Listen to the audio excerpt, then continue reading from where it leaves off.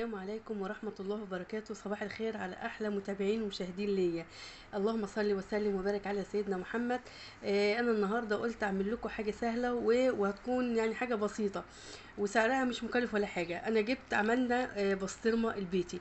أنا جبت ربع كيلو من اللحمة ورحت عاملة. أنا قلت أعملها وأوريها لكم على طول، أقول لكم المقادير. مقاديرها إيه؟ عبارة عن ربع كيلو من اللحمة المفرومه، وكنت عندي حلبه طحنتها في المطحنه بتاعه الخلاط زي ربع كوبايه، وعندي بصل بودر وتوم بودر وملح وفلفل اسمر وبابريكا، وحطيت حته من التوم، وحطيت معلقه سمنه، ودعكت كله، ورحت جايبه الكبه الامرايه بتاعتنا ورحت ضربها فيها، ورحت جايباها عملتها في الاكياس، قسمتها على 3 زي ما انتم شايفين اهم 3 اكياس.